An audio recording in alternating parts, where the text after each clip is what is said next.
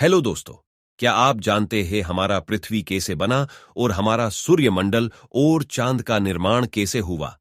आज इस वक्त आप जहां बैठे हो वो जमीन आज से करोड़ों साल पहले साढ़े 8,000 डिग्री के तापमान से उबल रही थी।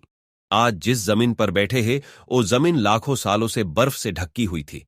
ये दोनों बातें बिल्कुल सच है। आप आज पृथ्वी के 450 करोड़ साल के सफर देखने वाले हैं। जिस जगह आज हमारा सूर्यमंडल है वहां विभिन्न प्रकार की गैस और धूल के बादल हुआ करते थे। वैज्ञानिकों के मुताबिक इन धूल के बादलों से दूर एक तारा हुआ करता था। वक्त के साथ साथ उस तारे की ऊर्जा कम होने लगी थी, जिसके कारण उसके अंदर एक विशालकाय विस्फोट हुआ। विभिन्न विस्फोट के वजह से अंतरिक्ष की ये धूल एक दूसरे से दबने लगी, जिस दौरान बादलों में स्थित धूल के कण दबाव और गर्मी के कारण बड़े उल्कापिंड पत्थरों में परिवर्तित हो चुके थे। और इसी दबाव के वजह से इन बादलों में स्थित रेडियो एक्टिव पदार्थ ने ग्रेविटी का निर्माण किया। ग्रेविटी के कारण हाइड्रोजन और हीलियम इकट्ठा होने लगे।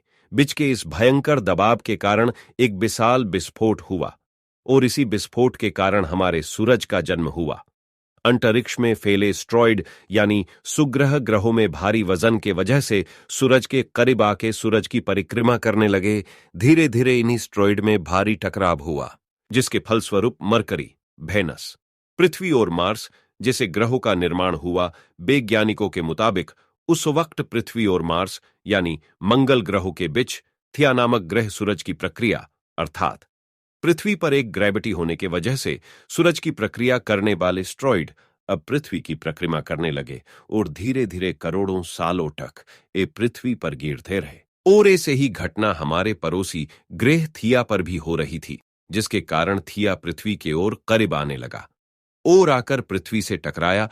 इस भयंकर टकराव के वजह से पृथ्वी के हिस्से कणों के रूप में अंतरिक्ष में फैल गए और एक रिंकस की तरह परिक्रमा करने लगे।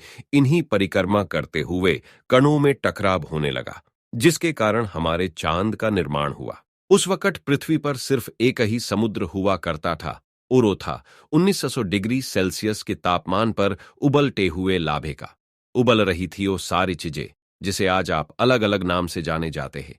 वक्त के साथ साथ पृथ्वी धीरे धीरे ठंडी हो रही थी, जिसके कारण पृथ्वी के भारी तत्व जैसे धातु और रेडियो एक्टिव पदार्थ पृथ्वी के केंद्र में जाकर इकट्ठा हो गए। ओ हल्के पदार्थ पृथ्वी के सतह पर आ गए।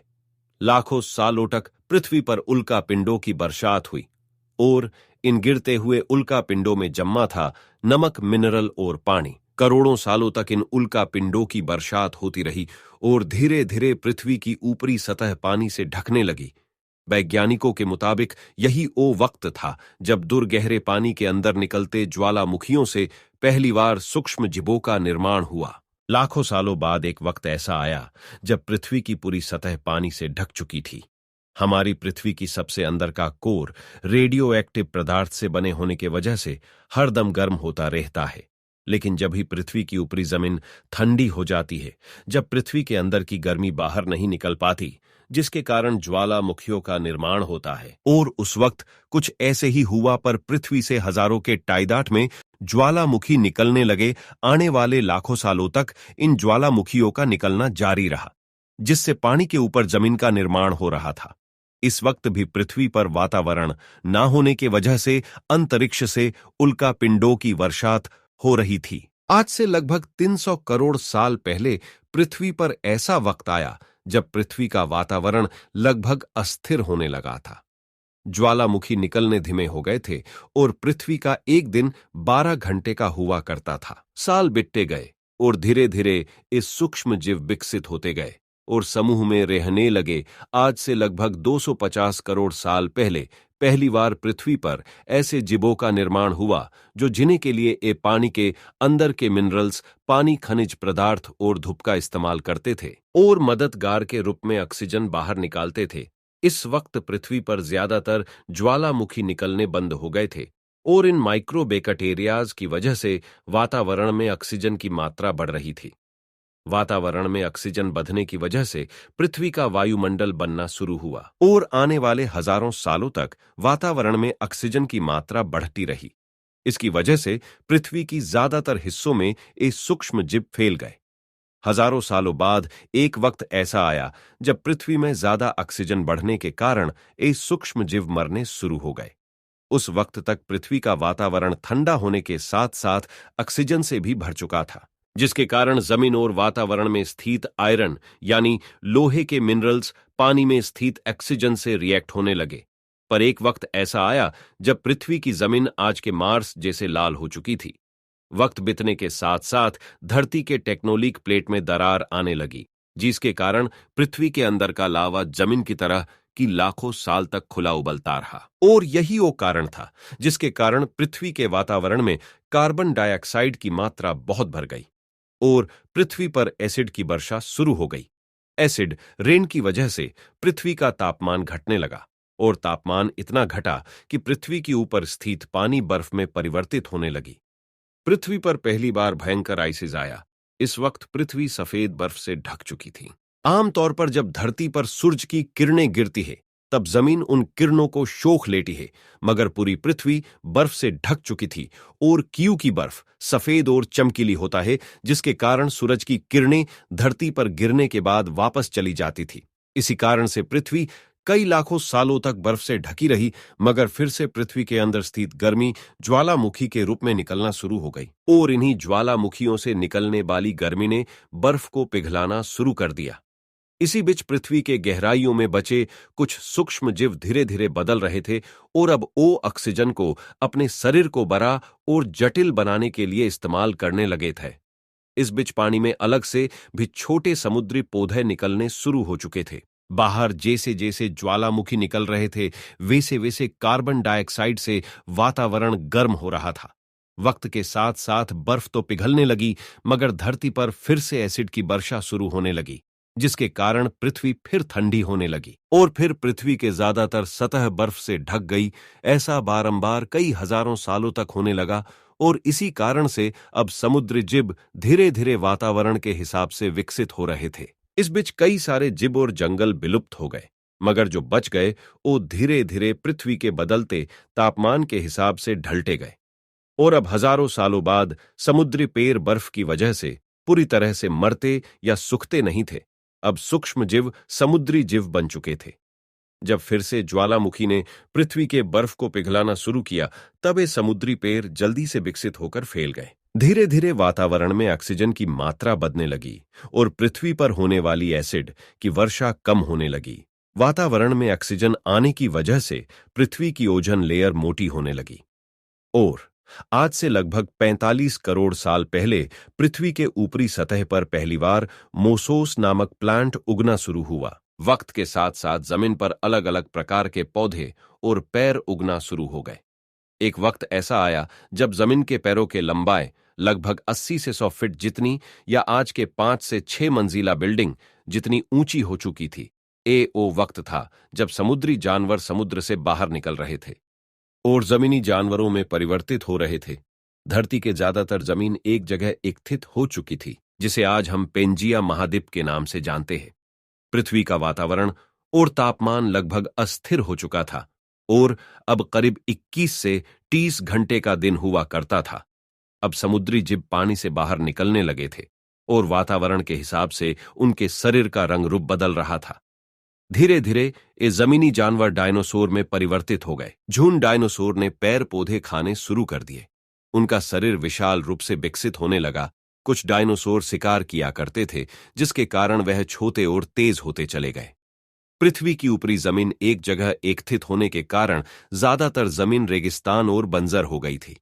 ज्यादातर जंगल समुद्र के करीब हुआ करते थे, जिसमें डायनासोर रहा करते थे। आज से लगभग 20 करोड़ साल पहले पेंजिया महाद्वीप टूटना शुरू हो गया। पेंजिया के विभाजित होने के वजह से पृथ्वी के ज्यादातर ऊपरी जमीन पानी के संपर्क में आने शुरू होने लगी, जिसके फलस्वरूप पृथ्वी पर हरियाली बढ़ती गई, जिस वजह से डायनासोर और ज्यादा विभिन्न और विशाल होते चले गए। डायनासोर ने आने वाले लगभग 20 से 30 करोड़ सालों तक पृथ्वी पर राज किया। उस वक्त डायनासोर समुद्र से लेकर जमीन और आसमान तक पूरी पृथ्वी पर राज किया करते थे।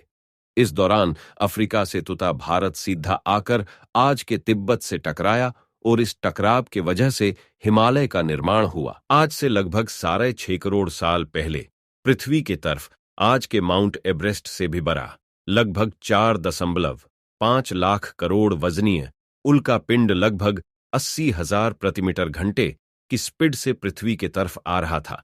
पृथ्वी के सतह को छूते ही उसमें भयंकर आग लगी और वो जलते हुए सीधा पृथ्वी से टकराया। इस टकराव से निकलने वाली ऊर्जा आज के 10 करोड़ परमाणु बम के एक साथ फटने के बराबर था।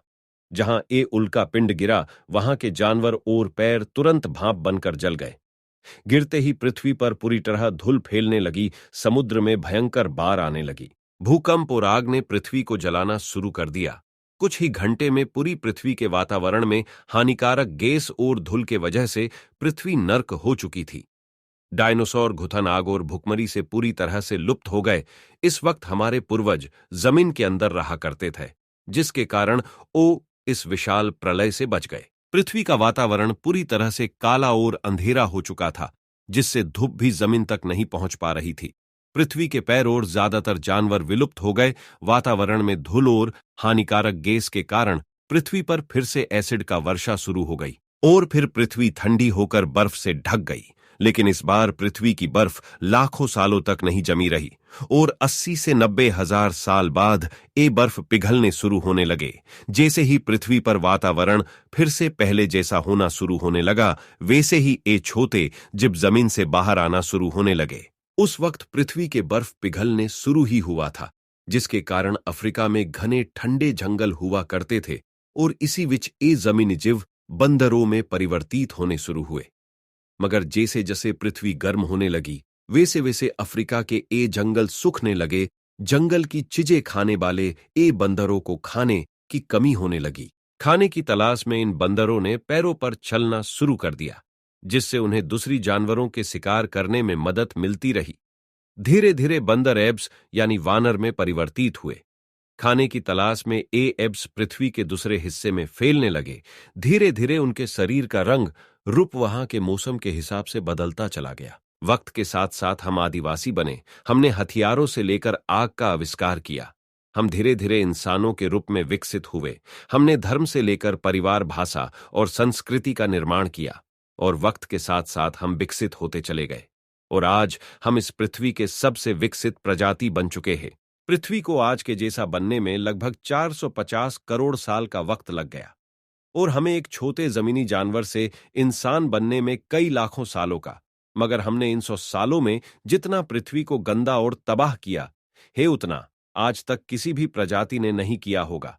हम फिर से पृथ्वी को गर्म कर रहे हैं और कार्बन डाइऑक्साइड की मात्रा बढ़ा रहे हैं।